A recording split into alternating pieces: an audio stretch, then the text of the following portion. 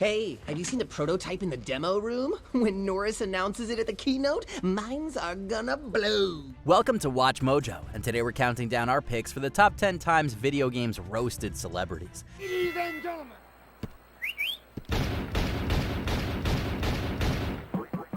For this list, we'll be looking at the funniest instances where games poked fun at A-listers. Did we miss any of your favorite gaming jabs? Let us know in the comments below. Number 10. Bill O'Reilly and Fox News. DMC Devil May Cry.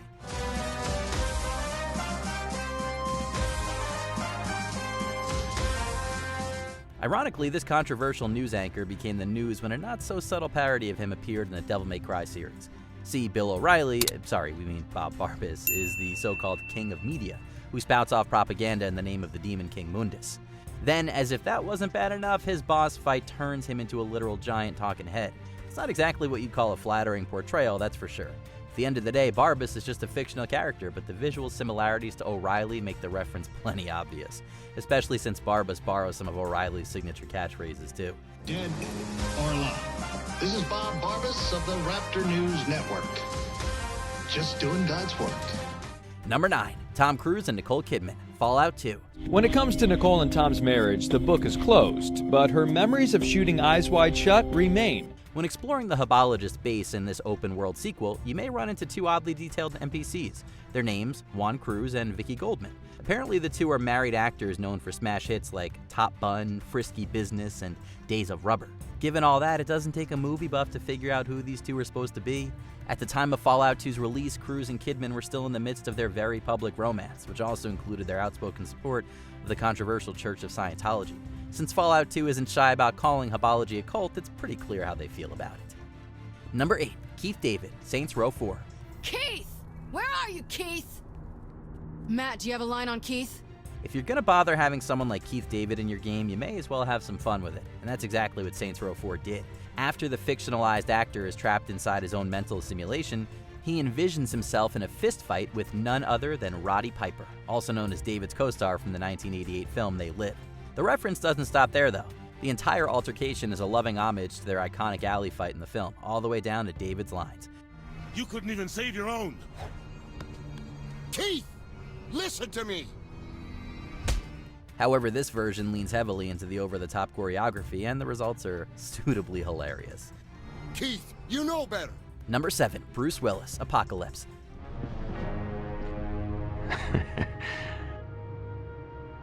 John McClane was the quintessential action hero of the 80s and 90s, but oddly enough, this game took inspiration from Bruce Willis's role in The Fifth Element instead.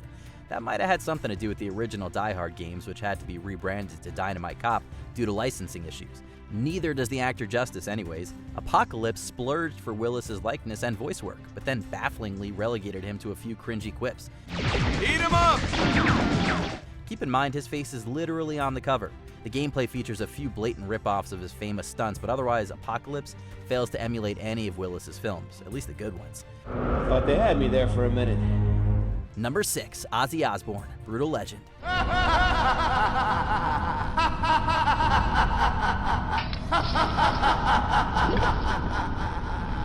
As a loving tribute to all things heavy metal, it's only natural that this game has its fair share of rocking cameos. And if you're going to cast anyone as the so-called guardian of metal, who better than Ozzy Osbourne himself? Luckily, the musician was a great sport about it. In fact, he provided the VON likeness for the character. The clear Black Sabbath wardrobe is appreciated, but really, Osbourne's role works because of how much fun he's having behind the mic. He eats up every single line, even when he's going on about insane weapon upgrades. In this case, there really was no one better to guard the metal genre. When they've paid you enough tributes, come see me. I'll share some more secrets of metal with you. Like how to turn that little beast you got over there into a real monster, among other things. Number 5. Jack Nicholson, Destroy All Humans, Path of the Furon. Double the pleasure, double the fun. Call me Jack, ladies. You earned it. Here's Johnny. Well, at least in spirit. After all, Crypto unmistakably sounds like Jack Nicholson. How's the view from the safety of the mothership? No, they didn't actually get him to do the lines. Instead, for some reason, voice actor J. Grant Albrecht booked the part doing a Nicholson impersonation.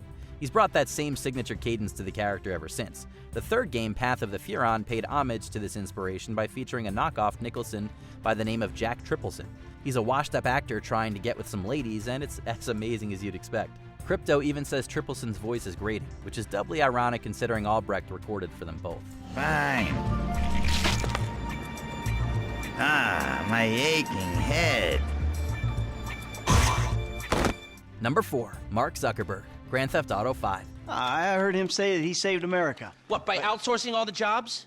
By selling us little bits of plastic restricted access shit? Well, now it's payback time, you lying turd.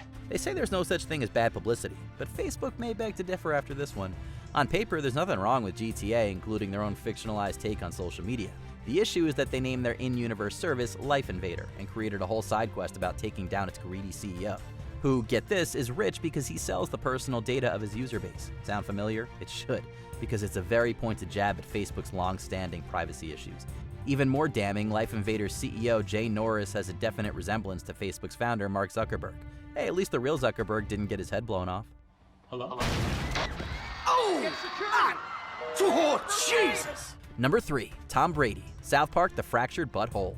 Hey, Tom Brady, you want to play the game, or do you just want to be known as a smug, cheating bitch the rest of your life? Apparently you can't cheat in life, football, or at South Park. To prove it, the Fractured Butthole tests players with a puzzle involving a locked door. As with any password-based mechanic, you can just look up the combination online. However, if you try to enter before finding the code in-game, Cartman will call out your sportsmanship by comparing you to Tom Brady. They aren't friendly quips either. There's at least 4 separate fully voiced lines of Cartman dragging Tom Brady's name through the mud. Of course, it's no surprise South Park had a field day with the Deflategate controversy. But the fact that this Easter egg is so well hidden makes it particularly gut-busting. Number 2, Shaquille O'Neal, UFC Undisputed 2010. He stands 7 feet 1 inch tall, weighing in at 265 pounds. Fighting out of Cleveland, Ohio, Shaquille! As Shaquille O'Neal learned the hard way, joining a game's roster is just half the battle.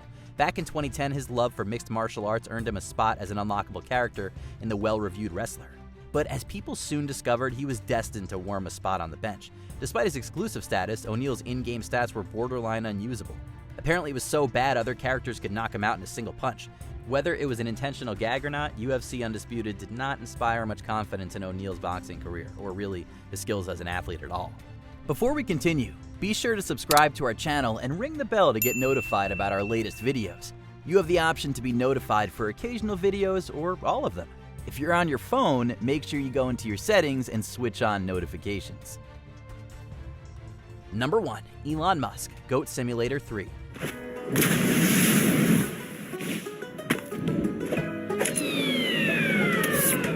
This reference quite literally goes to the stars and back.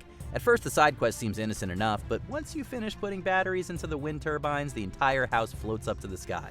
In some sort of twisted parting message, the words "Space sucks" are written on the side. Considering Elon Musk is involved with a company called SpaceX, that's about as overt a wink as you can get.